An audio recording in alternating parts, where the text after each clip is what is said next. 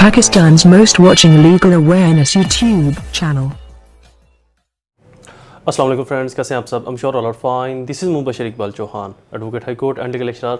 Section wise series CRPC के अंदर आज हमारे 3 सेक्शन बहुत ज़्यादा इंपॉर्टेंट है। अगर आप ADPP, DDPP, सिविल जज या कम्पिटिटिव कोई भी एग्ज़ाम देना चाहते हैं लाइक CSS, PMS, तो इन 3 सेक्शन में से एक सेक्शन आपसे ज़रूर पूछा जाएगा, ख्वाह वो इंटरव्यू में हो या इन रिटन एग्ज़ाम हो या इन अदर किसी सेंस के अंदर। लेकिन इन 3 क्वेश्चन में से, इन 3 सेक्शन में से एक सेक्शन के बारे में आपसे ज़रूर पूछा जाएगा।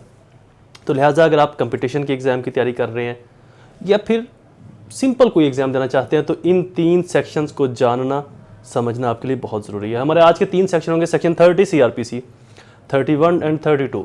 एक सेक्शन 30 के बारे में तो मोस्टली लोग जानते होंगे, सेक्शन 30 द मजिस्ट्रेट है, सेक्शन 30 द पार्स ने मजिस्ट्रेट दे कोले।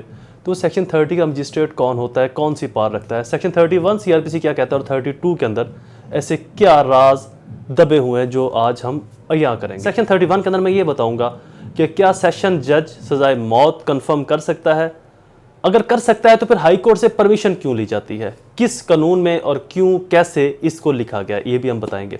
सेक्शन 32 के अंदर मजिस्ट्रेट की क्लासेस बताई गई है, कौन सा मजिस्ट्रेट किस तरह के केसेस को सुन सकता है।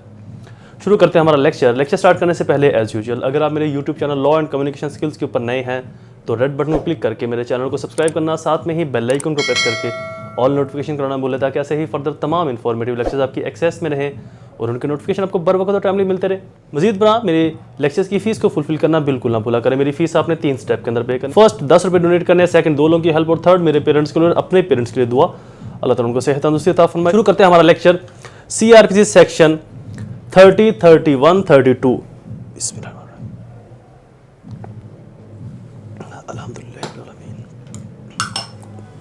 सेक्शन 30 बेसिकली सेक्शन 30 किसी भी मजिस्ट्रेट को एक्स्ट्रा ऑर्डिनरी पावर्स देता है, ऐसी पावर्स जो कि आम मजिस्ट्रेट्स के पास नहीं होती। सेक्शन 30 की पावर्स प्रोविंशियल गवर्नमेंट दे सकती है।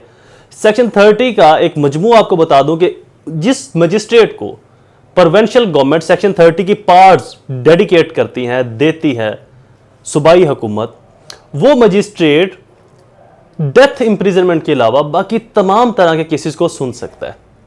सिर्फ ऐसे केस नहीं सुन सकता जहां पर सजा डेथ है, उससे कम की सजा के जितने भी केसेस हैं उन तमाम केसेस को सुन सकता है। तो लिहाजा मजिस्ट्रेट की जो पावर्स एक्स्ट्रा ऑर्डिनरी पीक पर जाती हैं वो सेक्शन 30 के जरिए मिलती हैं।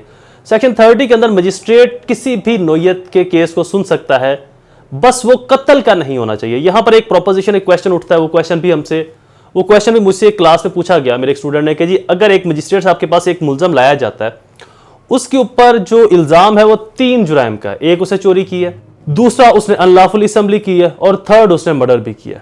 ये उस स्टूडेंट का क्वेश्चन था। तो क्या फिर मजिस्ट्रेट केस को सुन सकता, क्योंकि 2 जुराइम तो ऐसे हैं जहां पर सजाए मौत नहीं है और कत्ल के केस में सजाए मौत है। तो लिहाजा यहां पर यह नहीं देखा जाएगा कि 2 जुराइम को मजिस्ट्रेट सुन लेगा, एक को सेशन जज।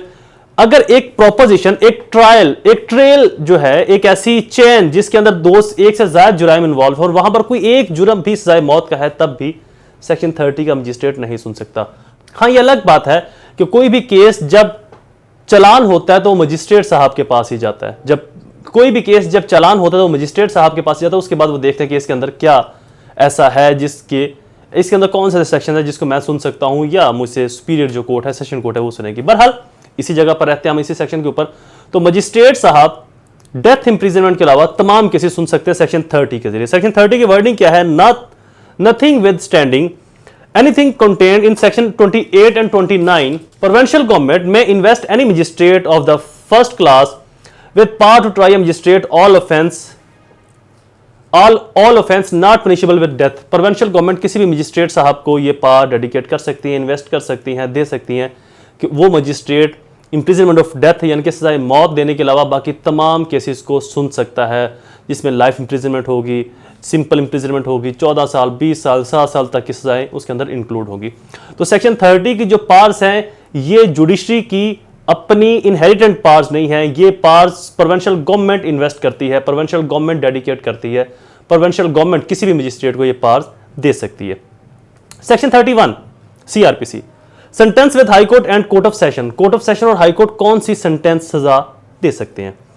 हाई कोर्ट में pass any sentence authorised by law. High court एक वर्ड क्लियर हो गया, कोई भी सजा पास कर सकती है जो उसको कानून ने ऑथोराइज्ड की है।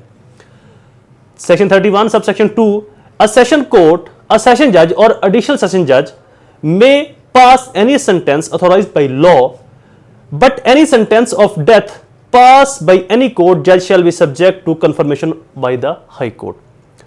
सेशन जज और एडिशनल सेशन जज कोई भी सजा पास कर सकते हैं जो हाई कोर्ट, जो कानून ने उनको ऑथोराइज्ड की है, बट कोई ऐसी सजा वो पास करते हैं जिसके अंदर सजाए मौत है, फांसी है, तो उसकी कंफर्मेशन हाई कोर्ट से होना जरूरी है। फॉर एग्जांपल एक सेशन जज साहब एक कत्ल के केस में एक मुलजम को सजाए मौत सुनाते हैं, तो सजाए मौत सुनाने के बाद वो सजा हाई कोर्ट में जाएगी, हाई कोर्ट उस सजा को कंफर्म करेगी और फिर उसी कोर्ट में वापस आएगी सेशन कोर्ट में, और सेशन कोर्ट उस सजा को एग्जीक्यूट करवाएगी। एग्जीक्यूट उस सजा को वो जज करवाएगा जो मजिस्ट्रेट, जिस मजिस्ट्रेट साहब के पास पहली बार ये केस आया था। एक बात हमेशा याद रखिएगा, सजा सेशन जज देता है, डेथ की कंफर्मेशन हाई कोर्ट करती है, लेकिन उसकी एग्जीक्यूशन का जो प्रोसेस है ऑन द स्पॉट ऑफ फांसी के वक्त जो प्रोसीजर अडॉप्ट किया जाएगा वो मजिस्ट्रेट करता है, और ये वो मजिस्ट्रेट होगा जिसके पास पहली बार केस आएगा।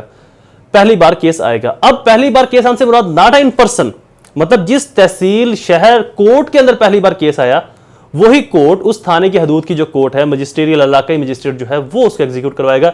इसका कुछ लोग ये मतलब ले लेते हैं कि इन पर्सन के जी, फॉर एग्जांपल एक जज मोहम्मद बशीर, एक मोहम्मद तौकीर जज है मजिस्ट्रेट, उसके पास ये केस आया, वो लाहौर में लगा हुआ था, बाद उसका ट्रांसफर होगा 3 साल बाद कसूर में, तो अब वो कसूर में उसके पास जाएगा और वो एग्जीक्यूट करवाएगा। ऐसा नहीं, लाहौर का जो इलाका मजिस्ट्रेट होगा उसके पास जो पहली बार केस चलान होकर आया, पहली बार एफआईआर के बाद जब केस उसके पास आया, तो उसी कोर्ट के पास दोबारा से जब ट्रायल कंप्लीट होगा, सजा को एग्जीक्यूट कराने का जब प्रोसेस आएगा, तो उसी मजिस्ट्रेट साहब की कोर्ट के अंदर यह केस आएगा कि आप इस सजा को एग्जीक्यूट करवाएं। बात फॉलो कर ली। डेथ इंप्रिजनमेंट सेशन कोर्ट दे तो सकती है, लेकिन कंफर्मेशन इसकी हाई कोर्ट से होगी। सेशन कोर्ट जब डेथ इंप्रिजनमेंट ऑर्डर करेगी, देगी, तो उसके बाद ये हाई कोर्ट में केस जाएगा।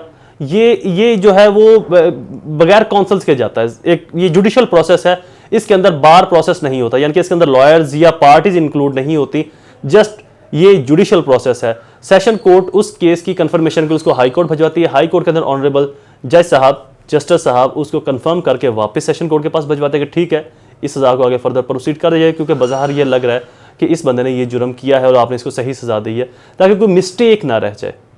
इसका पर्पस है मिस्टेक से बचना, ऐसी कॉम्प्लिकेशन से बचना जिससे कोई शख्स नाजायज ना फंस जाए। तो बेसिकली लॉ बहुत ही ज़्यादा चेक एंड बैलेंस रखता है दोनों पार्टीज के ऊपर कि किसी के साथ भी ज्यादती ना हो।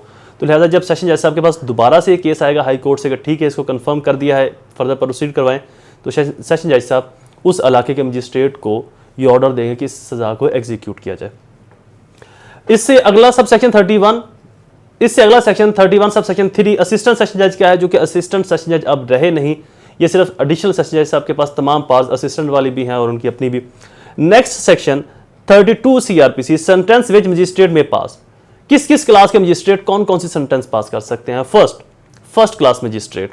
फर्स्ट क्लास मजिस्ट्रेट 3 साल की सजा और सोलेटरी पनिशमेंट भी दे सकता है और साथ में 45,000 फाइन यानी कि 45,000 रुपए जुर्माना कर सकता है। ये फर्स्ट क्लास कौन सी सजा दे सकता है?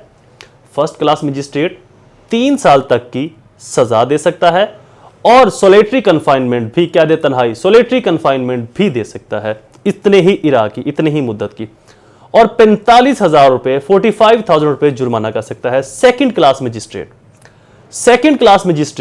1 साल की सजा दे सकता है, इतनी ही मुद्दत की सोलेटरी कन्फाइनमेंट कर सकता है और 15,000 रुपीस जुर्माना कर सकता है। Third class magistrate, third class आपने इसको रॉन्ग सेंस में नहीं लेना, ये दर्जों के हिसाब से, फर्स्ट क्लास, सेकंड, थर्ड, यानी कि पहले दर्जे का मजिस्ट्रेट, दूसरे दर्जे का और तीसरे दर्जे का मजिस्ट्रेट, दर्जा ब दर्जा। तो इसको रॉन्ग मीनिंग में नहीं लेना। अक्सर लोग इसको एक गलत सेंस के अंदर ले जाते हैं कि शायद इसका नाम थर्ड क्लास, तो थर्ड क्लास उस ये अब्यूजिंग की तरफ इशारा नहीं है, ये दर्जों की तरफ इशारा है, यानी कि दर्जा बंदी उनकी कितनी है, पहले दर्जे का, दूसरे दर्जे का, तीसरे दर्जे का मजिस्ट्रेट, दर्जा ब दर्जा। थर्ड क्लास मजिस्ट्रेट 1 माह से ज्यादा सजा नहीं दे सकता और ये सोलेटरी कन्फाइनमेंट भी नहीं दे सकता, और मैक्सिमम जो थर्ड क्लास मजिस्ट्रेट है वो 3,000 रुपए 3,000 रुपीज जुर्माना कर सकता है। Lecture is complete.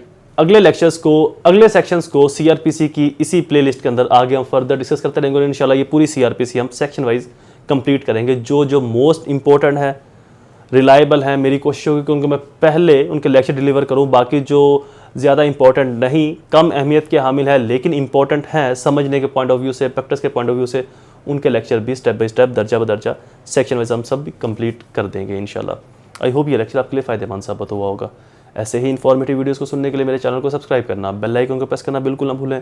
जल्द हाजिर ज़रूर होऊंगा किसी और इन्फॉर्मेटिव लेक्चर के साथ। तब तक मुझे अपनी दुआओं में ज़रूर याद रखें। अल्लाह ताला आप सबका हामी नासिर हो। वस्सलाम।